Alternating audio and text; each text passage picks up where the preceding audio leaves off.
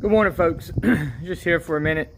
I figured I'd do a quick boat tour of the boat that we fish out of, because I know a lot of people like to see how everybody has things rigged up and whatnot. So we just got back from a trip yesterday, so just kind of take a quick walkthrough of kind of the rig that we fish out of and how we have it set up. It works for us. We try to keep it simple, so just stay tuned and we're gonna check it out. So this right here is my boat. I fish out of it's a 91 Starcraft hull, all aluminum. It's been a great boat to fish out of so far. I love it. I like it's great in rough water. It handles any water I fish in around here really well. I'm just kind of doing a quick tour of the outside. And then we're going to get up in the boat, kind of check it out. And when I bought it, it came with a 2-stroke 150, and that lasted for a little while until it was one problem after another. So back in April, I went ahead and put a new Suzuki 150. I had a Suzuki on my old boat. I love them. They're great motors, super fuel efficient, super quiet, super dependable. I love Suzuki. Can't say enough about them. It's been a great motor. Not meant going on back here with what we have, but, and sorry about the light, we're getting ready to head out of town and didn't have time to pull the boat out. But anyway, so this is kind of the back, everything. Couple small hatches for batteries here, and then back down in this hatch is where I run all my batteries for my livewell, aeration, pumps, all that kind of good stuff.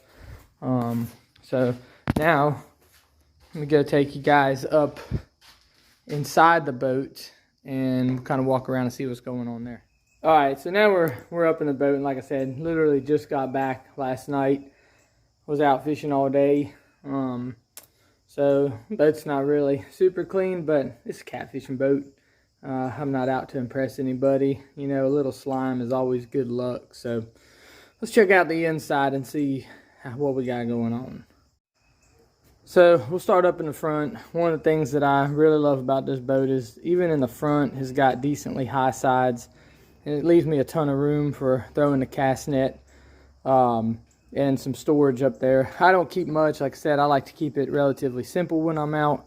I got a hatch up here in the front. I just keep my dry stuff, documents for the boat, drift socks, that kind of stuff.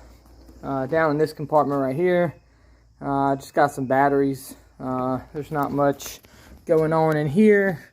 We'll just give it a little lift, but just my batteries set there. Got some planer boards. I also like to keep my cast net up front because this is where I'm always throwing the net.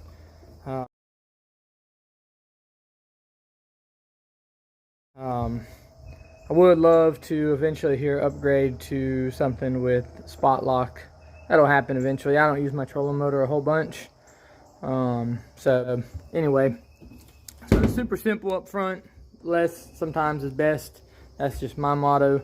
And you can't go wrong with having fish bite rod holders on your boat. I've got a couple up front. Do a little bit of fishing out of the front of the boat primarily. It all happens in the back in the business end. Let's turn around this way.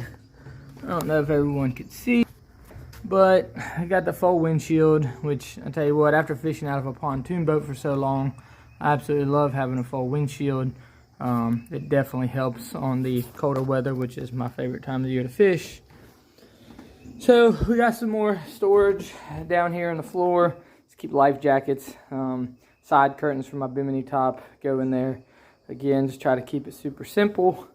On the dash, I recently switched over. I've ran Lowrance my whole life and started switching over to Garmin. Eventually, we'll add another unit here, possibly live scope. We'll see. I heard it's a game changer. So not much going on there.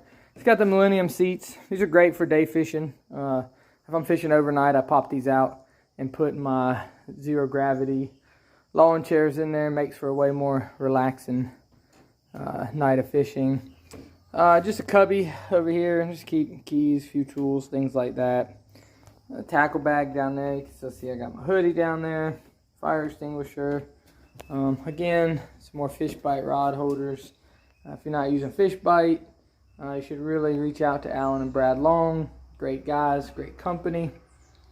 Just some more rod storage. There's probably more stuff going on back here than anywhere else. Again, I got the rod rack in the back with more Rages from Fish Bite Rod Holders. Best rod holder out there. Don't care what anybody says. I'm just joking. I care what everybody says, but I love them. And I'm going to tell you, Alan and Brad's customer service is by far some of the best in the fishing industry. So that's another reason. Not only do they have great products, but they're great people with great service. So go check them out. Nothing fancy here, just a cutting board. Obviously, it's dirty because it gets used. I keep all my rods stacked up in the back. I normally fish with 12 rods.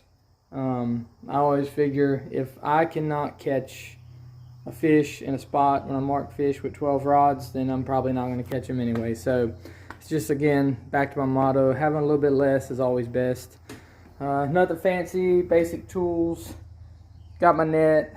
Again, more rod holders. Can't have enough fish bite rod holders. Small bait cooler. I'll take a minute and talk about my anchors, man. I love these anchors. These are the River Cat HDs. And I'm going to tell you what, those bad boys right there, they hold this boat no problem. We fished out yesterday on High Rock in the wind, and we didn't have any issues. Great anchors. I plumbed in my own live well. It's probably about 85 gallons. And I just have an aerator running into it, and then I've got a pump to pump fresh water in, and I've got another pump that pumps the old water out. So never had an issue keeping bait or big catfish alive in there. It does a great job on tournament day. I've never lost a fish in the 8 years that I've been fishing. So I love the open space. One of my really favorite things about this boat is the deep sides.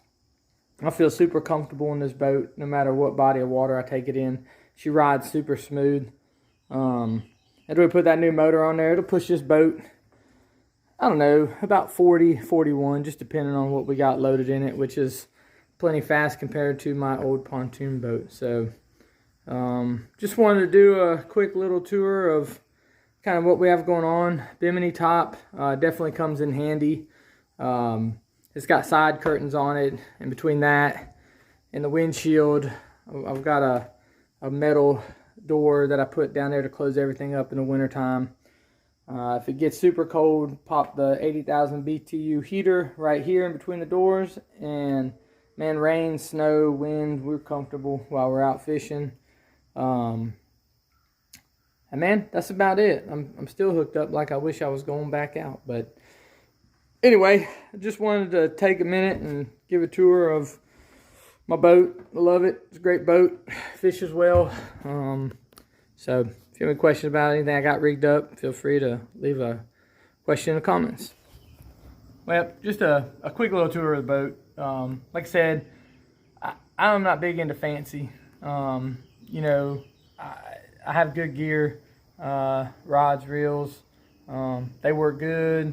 Simple fish finder, if you learn how to read it, will do the trick. You know, just keep it simple, and just it's time on the water. I mean, I see a lot of people with high-end fancy gear, and you know, I mean, it's time on the water. Learn to understand what the fish are doing, because it don't matter what rods or what reels or what fish finders you have if you don't learn what the fish are doing. So spend some time focusing on that more than anything, and you have good luck out there on the water. Appreciate y'all. Peace out.